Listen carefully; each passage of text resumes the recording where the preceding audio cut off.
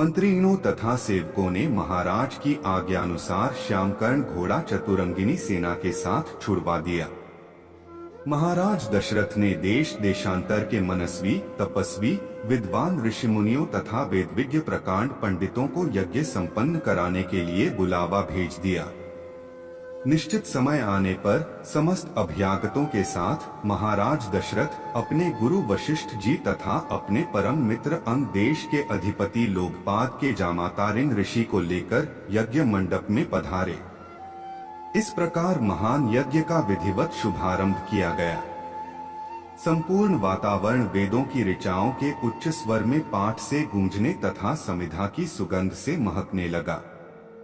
समस्त पंडितों, ब्राह्मणों, ऋषियों आदि को यथोचित धन धान्य, गौ आदि भेंट करके सादर विदा करने के साथ यज्ञ की समाप्ति हुई।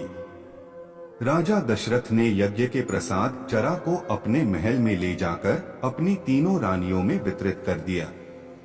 प्रसाद ग्रहण करने के परिणाम स्वरूप परमपिता परमात्मा की कृपा से तीनों रानियों ने गर्भधारण किया।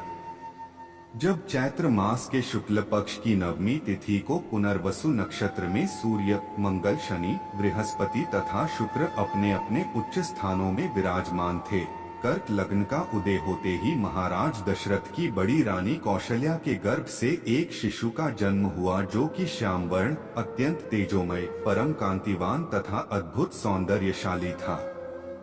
उस शिशु को देखने वाले ठगे से रह जाते थे।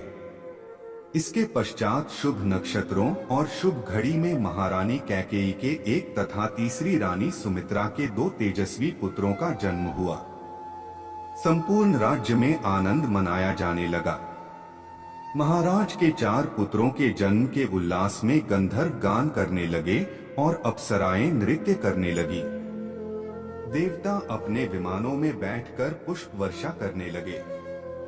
महाराज ने उन्मुक्त हस्त से राजद्वार पर आए हुए भाट, चारण तथा आशीर्वाद देने वाले ब्राह्मणों और याचकों को दान दक्षिणा दी। पुरस्कार में प्रजाजनों को धन धान्य तथा दरबारियों को रत्न, आभूषण तथा उपाधियां प्रदान किया गया।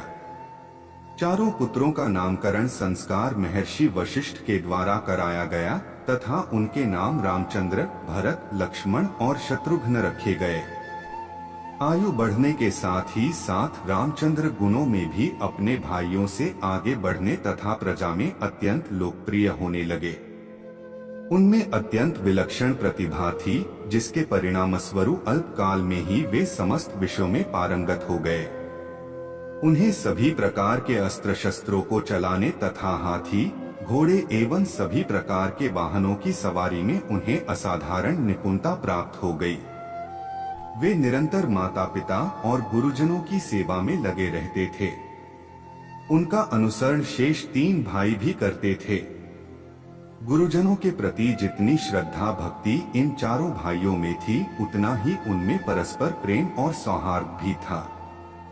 महाराज दशरथ का हृदय अपने चारों पुत्रों को देखकर गर्व और आनंद से भर उठता था।